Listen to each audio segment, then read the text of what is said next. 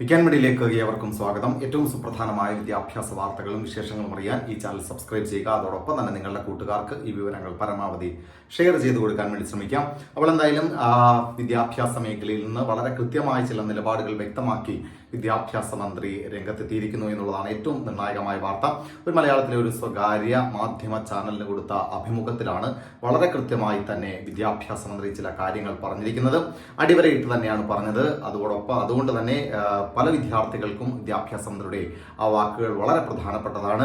കാരണം ഇനി അങ്ങോട്ട് ഉള്ള അധ്യയന വർഷം വളരെ കൃത്യമായിട്ട് പ്ലാൻ ചെയ്ത് പോയില്ല എങ്കിൽ നിങ്ങൾക്ക് വലിയ ബുദ്ധിമുട്ടുണ്ടാകും എന്നുള്ള കൃത്യമായ മറുപടി തന്നെ വിദ്യാഭ്യാസ മന്ത്രി പറഞ്ഞിരിക്കുന്നു. അതിന്റെ വിശദാംശങ്ങളിലേക്ക് കടക്കുന്നതിന് മുമ്പ് വിദ്യാഭ്യാസപരമായ വാർത്തകളും വിദ്യാർത്ഥികൾ അറിയേണ്ട വാർത്തകളും നിങ്ങളുടെ മുമ്പിലേക്ക് എത്തിക്കുന്ന വീക്കാൻ മീഡിയ എന്ന ചാനൽ നിന്നോ സബ്സ്ക്രൈബ് ചെയ്യുക. അതോടൊപ്പം തന്നെ നിങ്ങളുടെ കൂട്ടുകാർക്ക് ഈ വിവരങ്ങൾ പരമാവധി ഷെയർ ചെയ്ത് കൊടുക്കാനും മറക്കരുത്.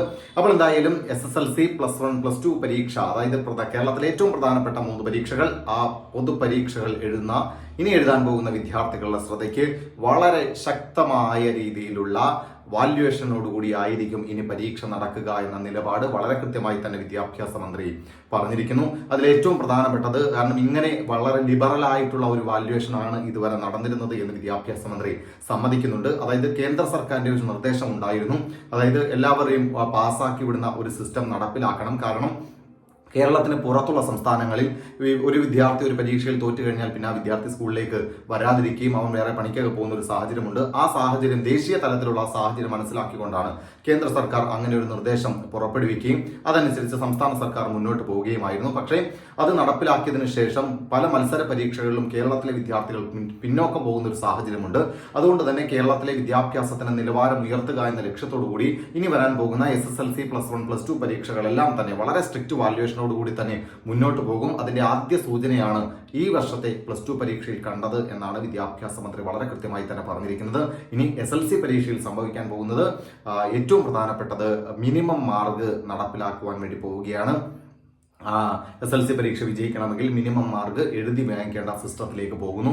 +1 പരീക്ഷ ഇംപ്രൂവ്മെന്റിന്റെ പരീക്ഷ മാർച്ച് മാസത്തിലാക്കാൻ വേണ്ടി പോകുന്നതും ഈ ഒരു പരീക്ഷണത്തിന്റെ അടിസ്ഥാനത്തിലായിരിക്കാം എന്ന് കാരണം കഴിഞ്ഞ തവണ ഇംപ്രൂവ്മെന്റ് പരീക്ഷ ഈ മാർച്ച് മാസത്തിലേക്ക് മാറ്റാൻ വേണ്ടി പോകുന്ന സമയത്ത് വിദ്യാഭ്യാസ മന്ത്രി പറഞ്ഞതും അതുതന്നെയാണ്.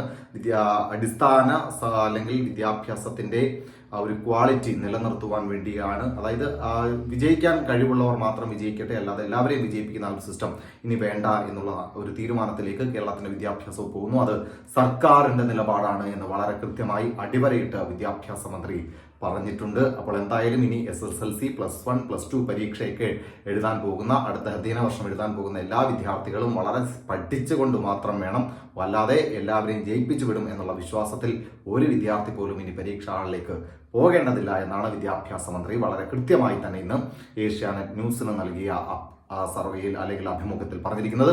അപ്പോൾ എന്തായാലും ഈ വളരെ അപ്ഡേറ്റ് ആയിട്ടുള്ള ഒരു വീഡിയോ തന്നെയാണ്. വളരെ കൃത്യമായി തന്നെ സംസ്ഥാന സർക്കാരും വിദ്യാഭ്യാസവും തങ്ങളുടെ നിലപാട് വ്യക്തമാക്കിയിരിക്കുന്നു.